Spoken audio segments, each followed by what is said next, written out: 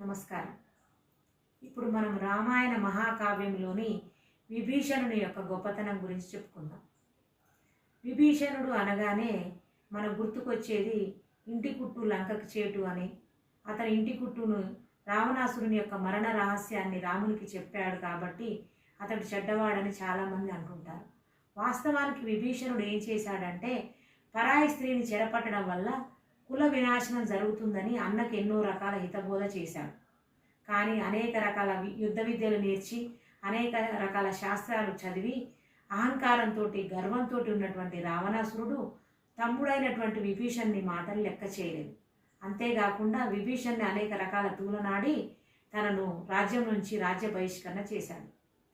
తప్పనిసరి పరిస్థితుల్లో విభీషణుడు శ్రీరామచంద్రుడి దగ్గరికి వచ్చి శరణు కోరాడు. ఆ తర్వాత విభీషణుని యొక్క మంచితనాన్ని గమనించినటువంటి రాముడు